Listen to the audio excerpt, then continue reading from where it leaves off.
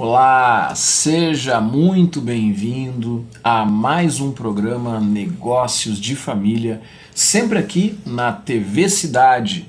Estamos no belo estúdio na cidade Farroupilha, na Serra Gaúcha.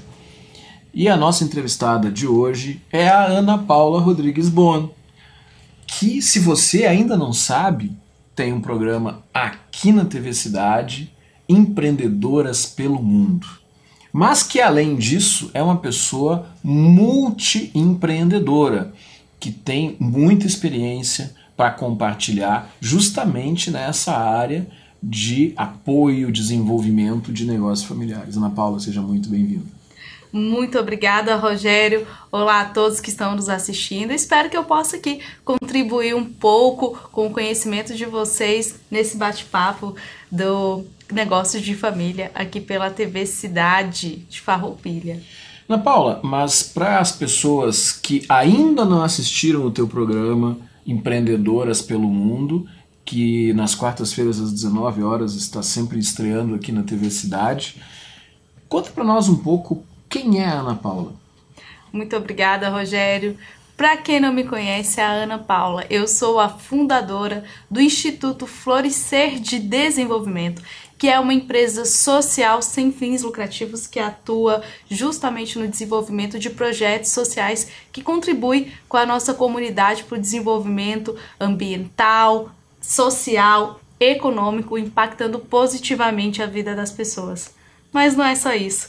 Eu também sou consultora empresarial, atuo com desenvolvimento humano e profissional, sou escritora, palestrante e apresentadora do programa Empreendedoras pelo Mundo, aqui da TV Cidade de Farroupilha. Um dos livros que tu escreveste justamente conta um pouco da tua trajetória empreendedora, e nesse livro tu traz até mesmo um pouco da história da tua relação com negócios desde criança, inspirado pela tua mãe. Ou seja, negócio de família desde pequena. Desde pequena. O livro que o Rogério se refere é o Empreendedoras de Alta Performance do Rio Grande do Sul, que apesar de eu ser brasiliense, sou gaúcha de coração, já tem alguns anos que eu moro aqui. E neste livro, sim, eu conto um pouco dessa minha trajetória empreendedora, que vem de família, que eu falo assim, dentro das histórias de empreendedorismo que normalmente a gente costuma assistir, ver, ler. A minha história é um pouco diferente, porque a minha mãe é uma empreendedora e, como eu sempre trago, é uma empreendedora nata. Dentro do livro eu fiz uma frase que era a minha percepção, que eu cresci nesse ambiente de empreendedorismo, e a minha percepção era: empreender era fazer amigos enquanto se faz dinheiro, enquanto se ganha dinheiro. Porque era essa a impressão que a minha mãe trazia enquanto ela empreendia. Desde muito nova, eu comecei a buscar formas de ganhar o meu dinheiro, e minha mãe sempre incentivou muito. Com 8 anos de idade, eu comecei a fazer xuxinhas de cabelo e a vender na rua, e a minha mãe achava aquilo incrível e incentivava.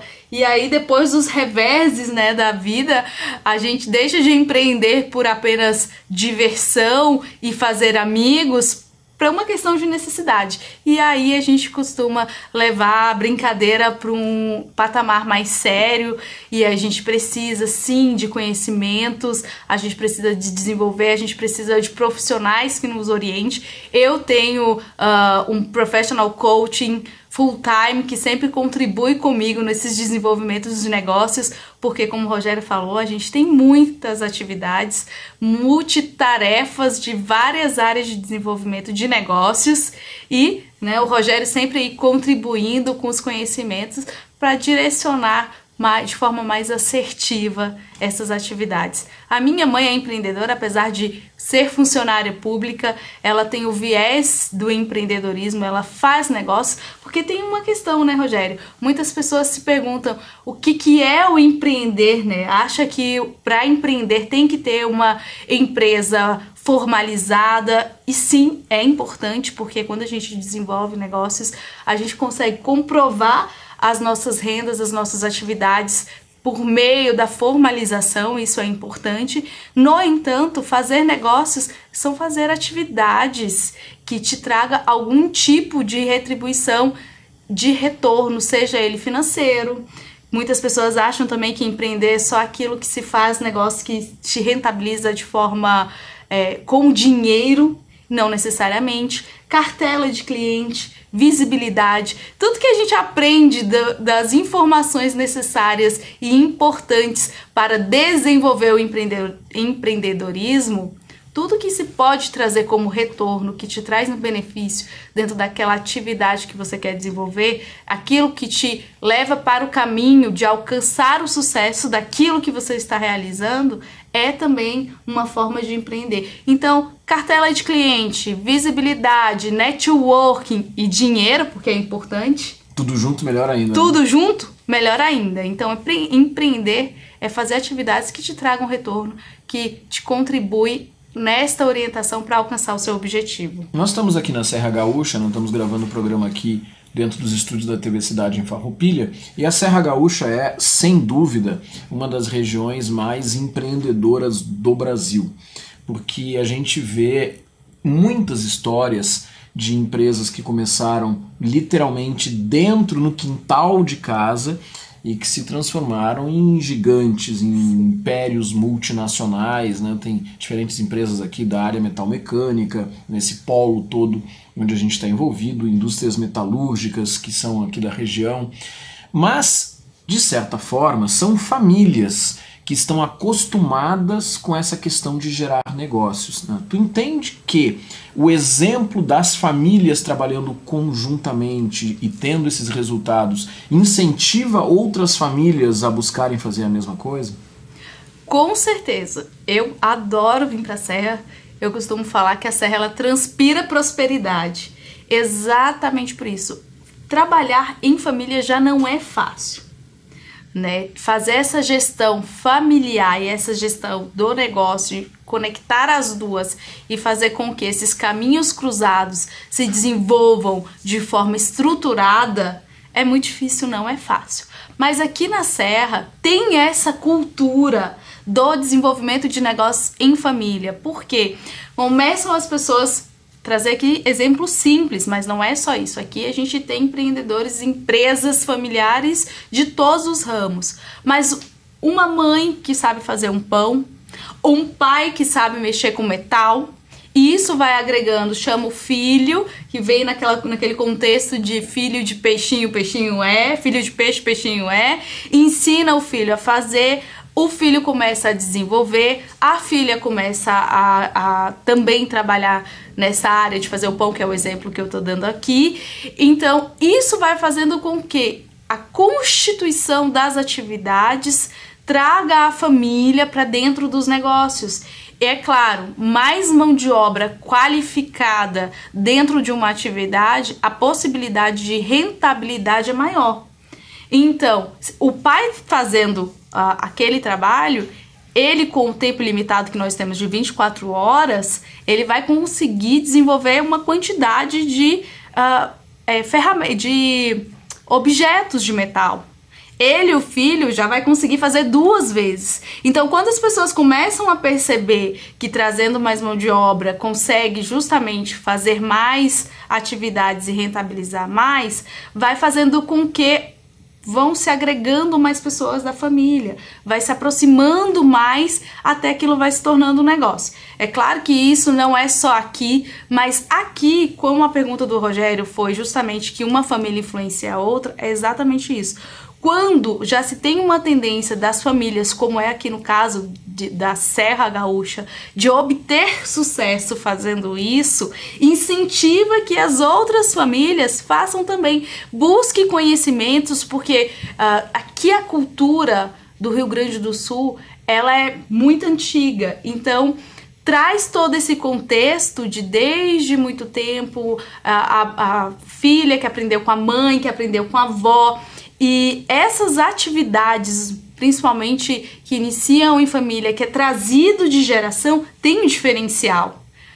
Tem esse diferencial que é conhecido ou de uma fórmula, ou de uma forma de fazer específica que diferencia de outros lugares. Ou de um propósito.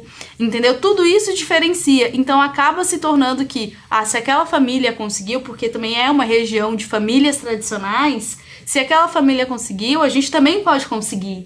E isso vai incentivando com que a cultura deste lugar faça com que tenha muitos negócios familiares, e por ser um lugar próspero de famílias que já vem desenvolvendo empresas e atividades e deixando o local próspero, a possibilidade das atividades em família que prosperarem também é maior. Porque já tem essa cultura de, se é um negócio de família, aquela família é tradicional, então a segurança daquele produto, a qualidade, o tempo que aquela empresa vai permanecer tem uma tendência de ser mais duradouro e as pessoas confiarem mais. Isso passa uma segurança. Justamente por isso, negócios de família, uma grande quantidade de famílias tradicionais fazendo atividades de negócios, deixando a economia de uma forma mais segura, mais concentrada pela questão de conhecer o público, a família, quem está desenvolvendo aquele negócio, faz com que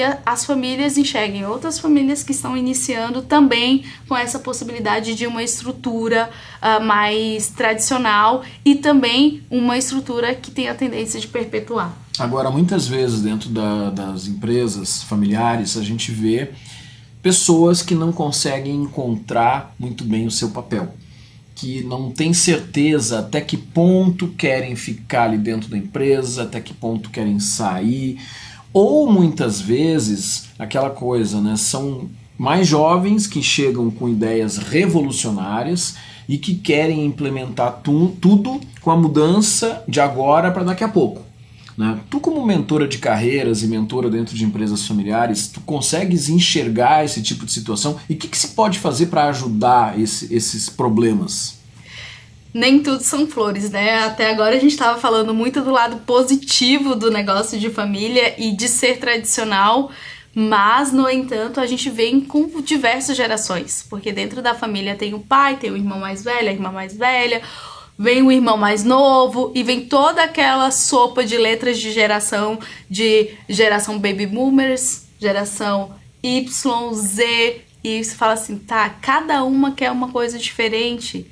E principalmente essa geração mais nova, ela vem com uma questão mais de propósito. Mas por que a gente faz isso? O que a gente está agregando na vida daqueles nossos clientes? Mas e o metaverso? Porque aí tem a questão do propósito, mas tem a questão da tecnologia também, que essas pessoas que já nasceram na era digital têm uma facilidade maior. E o imediatismo, né? Que é tudo para ontem. Enquanto os pais, os avós construíram, né, a empresa e levaram anos, 20, 30 anos para que hoje a empresa estivesse consolidada, estruturada, eles querem fazer modificações, querem implementar coisas tudo muito rápido. E entra esse leve choque de ideias, de execução dentro dos processos. Por quê? Muitas vezes, quando a empresa já é estruturada, a tendência é que o fundador ou que os participantes da empresa mais antigos tendem a pensar assim, eu sempre fiz isso dessa forma e sempre deu certo. Então, cria-se uma resistência para que absorva essas mudanças. Só que, muitas vezes, o que se fez até aqui não vai levar mais à frente. Porque antigamente o que a gente chama de epigênesis, as mudanças dentro de um ciclo de início, meio e fim eram mais longos, demoravam 10 anos para se mudar um processo, demoravam 30 anos para se mudar um conceito, tanto que hoje dentro da administração, eu como administradora, aprendi conceitos de pessoas importantes de 100 anos atrás. A gente estuda os conceitos de Henry Ford ainda se utilizam muitos desses conceitos. No entanto, hoje a gente também precisa entender o que são algoritmos. Sim, para a gente saber o que vem de novo, como a gente vai até direcionar um exemplo no marketing, no digital, o que é o metaverso e como isso vai influenciar dentro da organização. Então é claro que sim, a gente tem que fazer uma balança entre o que a gente pode trazer de conceitos, de processos anteriores que trouxe até aqui, de produtos, e o que a gente precisa enxergar que precisa ser adaptado com o novo. O que está chegando de novo? E sim, fazer essa conexão dessas gerações, da experiência, dos históricos, de muitas vezes, Rogério, crises. Uma pessoa muito jovem não viveu ainda muitas crises. Viveram agora uma pandemia. Mas como lidar com tudo isso? Tanto que na pandemia, o que mais se buscou foram profissionais experientes que já passaram por outros problemas para identificar como se passar por crises.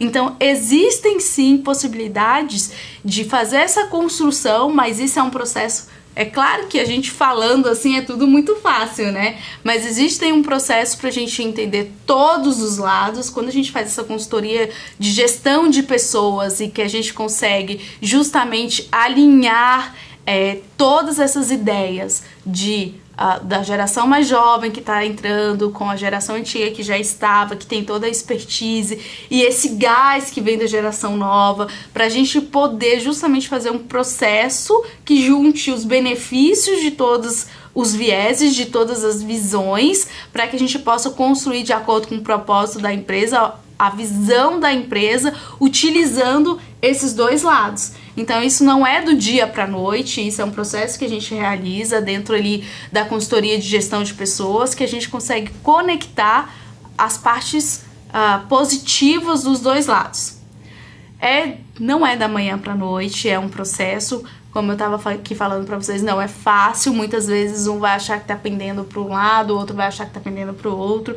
Outras vezes vai conseguir fazer essa concentração de informação e de como vai ser executado essa caminhada a partir dali, e chega no meio do caminho, um desiste. Tem aquela geração que muitas vezes acredita no potencial da empresa, entra na empresa, começa a desenvolver e ele percebe que aquilo não é para ele, muitas vezes quer sair. Então tem que se tomar um cuidado muito grande de como vai fazer a integração dos novos dentro da composição societária da organização, justamente porque se caso não for ajustado da melhor forma na hora de sair, pode acontecer algum tipo de problemas referente à saída da constituição societária e também dentro da função. Muitas vezes aquela pessoa pensa que vai dar certo trabalhando ali, até mesmo na execução, e quando ela começa a executar, ela não consegue se conectar com a forma que aquela empresa trabalha, com a cultura da organização, e muitas vezes sai. Muitas vezes, por exemplo, pode acontecer daquela pessoa mais jovem querer iniciar, ver que ali está muito... as raízes tradicionais da formulação do processo tá muito enraizada, e ela querer fazer diferente, não conseguir ter esse acesso, não conseguir ter essa aproximação de mudança, e ela querer desenvolver o próprio negócio. Então tudo isso tem que estar ali ajustado de forma prévia. Então, tem que ter essa visão. Deixa eu pegar essa linha então. Sim. Porque o que acontece? Muito se fala de propósito. Agora há pouco a gente comentou a questão de propósito.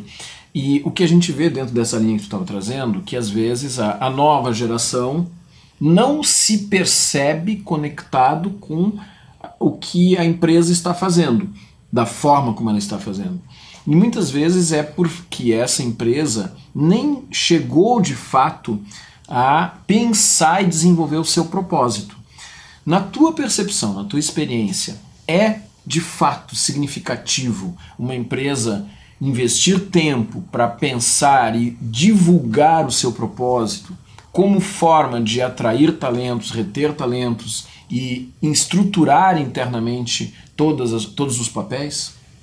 Sim, Rogério, é fundamental as empresas começarem a olharem o propósito. Tu mesmo tem uma frase que diz sempre assim, os clientes não compram aquele produto para poder entregar dinheiro ao dono da empresa, ao proprietário da empresa. Elas, por meio daquele produto, elas estão tentando sanar alguma necessidade, algum problema delas. As empresas hoje, é muito importante que elas olhem pela questão do propósito. Qual é o propósito da empresa? O que que eu contribuo com a vida dos clientes? O que eu contribuo com a sociedade, com a minha comunidade? O que que eu trago de benefício por eu estar ali naquele solo, por eu estar usando os recursos humanos, por eu estar desenvolvendo produtos, não somente por uma questão de venda, de rentabilidade, mas a questão social. Hoje, o ESG está sendo muito falado, e o ESG é uma sigla em inglês para a gente que desenvolve atividades dentro do ambiental, social e governamental. No entanto, a Agenda 2030 da ONU já tem um pouco mais abrangente essas atividades voltadas de parcerias com as empresas para que elas desenvolvam atividades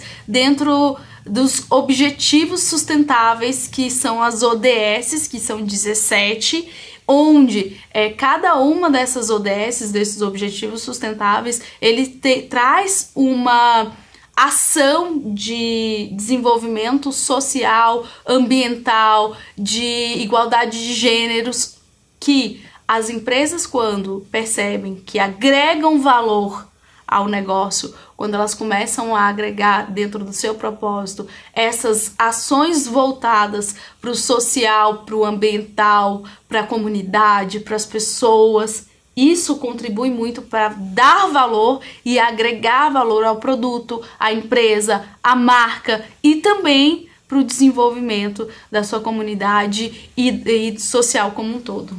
Muitas vezes as empresas familiares não formalizam as questões. As coisas são resolvidas na base da conversa do irmão com o irmão, do marido com a esposa, e as decisões são tomadas assim sem pensar muito na base da emoção. Então, uma das coisas que a gente percebe que as empresas familiares devem desenvolver é justamente estruturas, formalizações, né? Porque tudo aquilo que fica na cabeça das pessoas é capaz de gerar problemas. Tu concorda com essa questão? Com certeza. Muitas vezes tem o fundador, chega o filho, quer mandar, desmandar, e ele não tem ali dentro do organograma uma função específica, uma atividade ou um cargo que denomina que ele pode ou não solicitar informações ou desenvolver algum tipo de processo dentro da organização.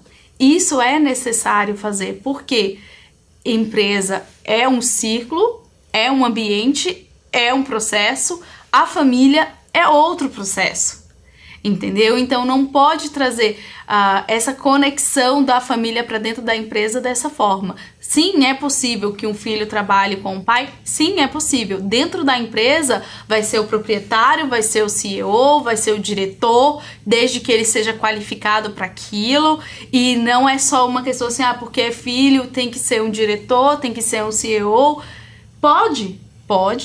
Isso pode colocar, se a pessoa não tiver qualificação suficiente, colocar em risco a perpetuação da organização. Então, sim, que entre a família para fazer as atividades, que qualifique aquelas pessoas de acordo com a função delas, de acordo com a ocupação, com o cargo ocupacional que ela vai estar ali executando dentro da organização, qualifique-as para isso, busque experiência, busque fazer com que aquela pessoa de forma adequada adentre ao organograma da organização e não seja somente estar ali porque é o filho, a filha, é o primo, para que aquela organização se mantenha organizada como empresa, diferente da estrutura familiar, que pai é pai, filho é filho, independente de alguém ali fazer uma ocupação de cargo.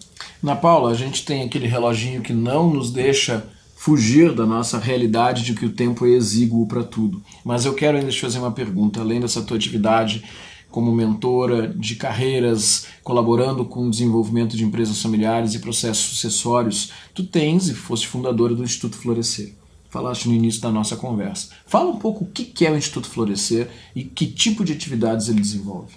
O Instituto Florescer, como eu falei no início, ele é uma empresa social sem fins lucrativos, específicos para desenvolver projetos sociais que contribuam justamente em fazer com que a nossa comunidade e também atividades no Brasil e no mundo desenvolva economicamente por meio de capacitações, por meio de atividades que geram visitas técnicas em outros ambientes desenvolvidos para fomentar a jovens, a adultos, para que eles consigam justamente viabilizar uma noção de desenvolvimento tecnológico. A gente tem também um projeto chamado Recoloque-se, que contribui com recolocação de pessoas que ou primeiro emprego, ou estão em transição de carreira, ou os famosos agora 50 a mais, que está uma visão muito grande dentro do ESG para a